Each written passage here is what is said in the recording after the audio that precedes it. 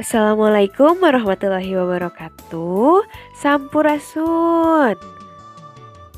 Alhamdulillahnya ayeuna urang tiasa patepang deui sanajan daring dina pangajaran bahasa Sunda.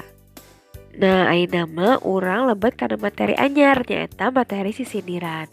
Tos aya nu tarang naon aya sisindiran teh? Satu acan kana materina urang maha meula kompetensi dasar yang tujuan pembelajaranna.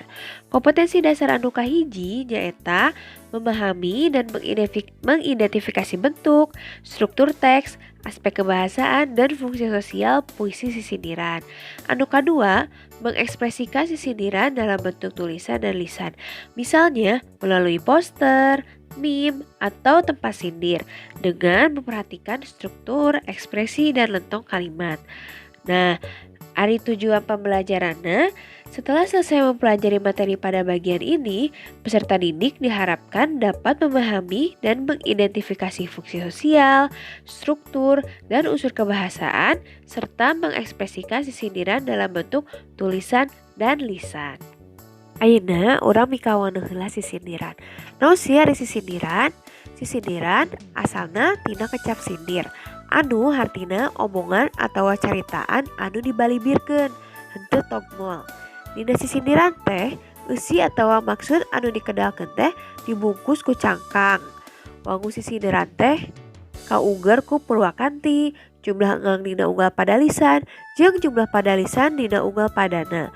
Kukituna sisindiran kaasup wangun ugeran atau wangun puisi. Tah janten sisindiran teh omongan anu dibalibirkeun, janten teu ngomong secara langsung.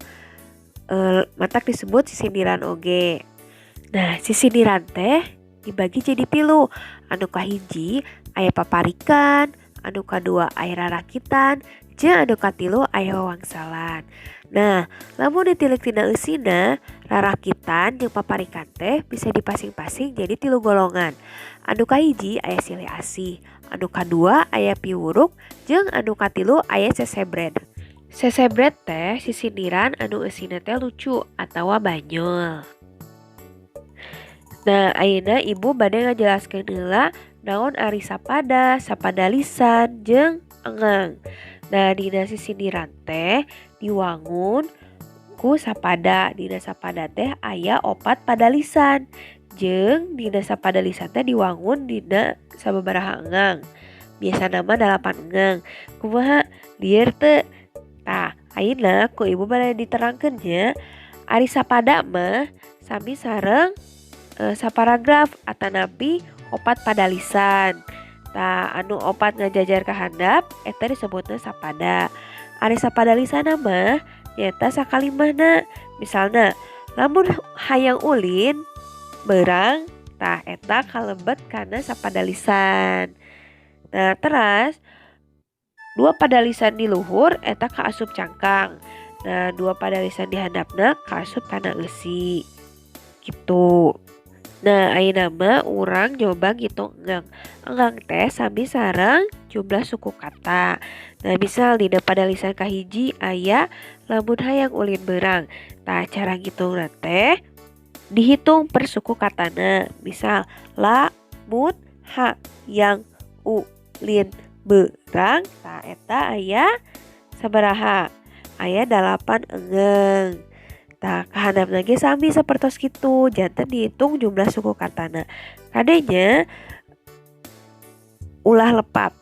Nah, ayeuna urang lajeng kana rupa-rupa sisindiran. Anu kahiji aya rarakitan. Nah, ciri-ciri rarakitan teh anu kahiji, rarakitan sapada aya opat pada lisan. Nu kadua sapada lisanna aya 8 engang. Nu katilu jajaran hiji jeung 2 nyaeta cangkang. Jajaran katilu jeung 4 nyaeta eusi.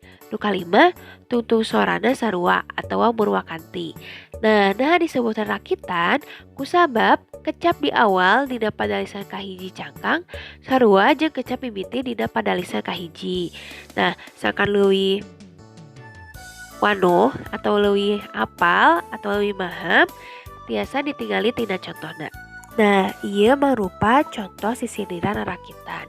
Anu kahiji aya piwuruk, anu kadua aya sesebret, jeung anu katilu aya silih asih. Nah, urang tanggetan anu piwuruk heula nya. Si getol nginum jajamu, nuguna nguatkeun urat. Si getol neangan elmu, nuguna dunya akhirat. Tah eta anu piwuruk. Anu sesebret, kamari ka Pasir Pogor, ayeuna ka Sukasari. Kamari mah sentak sengor, ayeuna mah Suraseri. Nah, lajeng anu silih asih. Hayang teuing kueh bugis teu bisa ngasakanana. Hayang teuing kanu geulis teu bisa ngakalanana. Tah eta anu silih asih. Nah, tinggalinya dina sisindiran rakitan teh dina padalisan kahiji jeung padalisan katilu kecap mimitina teh sarua. Misal tinggali tina piwuruk. Anu padalisan kahiji aya sing getol. Tah padalisan katilu oge aya sing getol. Nah, dina padalisan kadua aya kecap nuguna. Nah, dina padalisan kaopat oge aya nuguna. Tah eta anu jadi ciri khas dina rarakitan. Lajeng ayeuna kana paparikan. Waduh, punten ya ibu tipe eta kendahna paparikan. Paparikan sapadana aya 4 padalisan. Sapadalisan aya 8 engeung. Jajaran hiji jeung 2 cangkang. Jajaran katilu jeung 4 eusi. Tungtung sorana sarua atau murwakanti. Nah, bedana rarakitannya paparikan teh, ari paparikan mah sorana padeukeut antara cangkang jeung eusina. Padalisan kahiji cangkang padeukeut sorana atau murwakanti jeung padalisan katilu eusi. Kitu deui padalisan kadua cangkang, murwakanti jeung padalisan kaopat eusi. Tah sangkan leuwih jelas urang tanggetan yuk karena contona. Nah, iya contoh sisindiran paparikan. Saminya aya 3 golongan, piwuruk, sesebret, sareng silih asih. Nu kahiji piwuruk. Kakulah nyiar kapiting, kanu bala ngalah suluh. Ulah sok liar ti peuting, di sakola matak tunduh. Tah, anu kadua aya sesebret. Ngalah terong jeung kalapa dibawa ka kebon cikur. Nu gondrong zaman ayeuna teu wawuh ka tukang cukur. Tah, ieu pas pisan nya jeung kaayaan zaman kiwari. Lajeng anu silih asih. Aya meri dina rakit, boboko wadah bakatul, lain nyeri ku panyakit, kabogoh direbut batur. Tah, eta mangrupa 3 contoh sisindiran paparikan. Nah, naon bentenna tina rarakitan tinggali ari paparikan mah mung sorat tungtungna anu sami. Misalnya kapiting. Tah, eta kan sorat tungtungna i. Sami sareng ti peuting. Tah, eta sorat tungtungna i. Teras ngalah suluh. Suluh sorat tungtungna u. Jeung matak tunduh. Tunduh ge sorat tungtungna u. Tah, eta disebut murwakanti. Nah, janten kitu paparikan jeung rarakitan teh. Bebedana paparikan mah tingali tina kecap mimitina.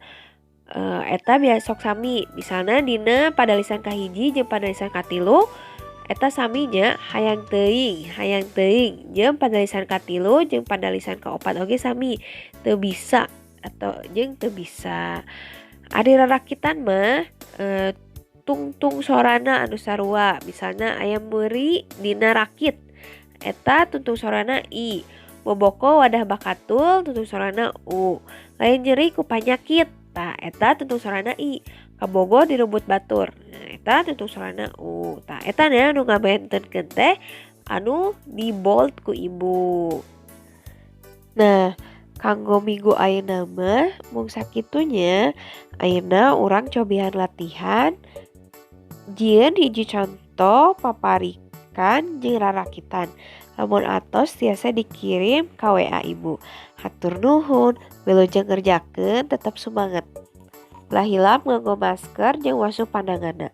Wassalamualaikum warahmatullahi wabarakatuh.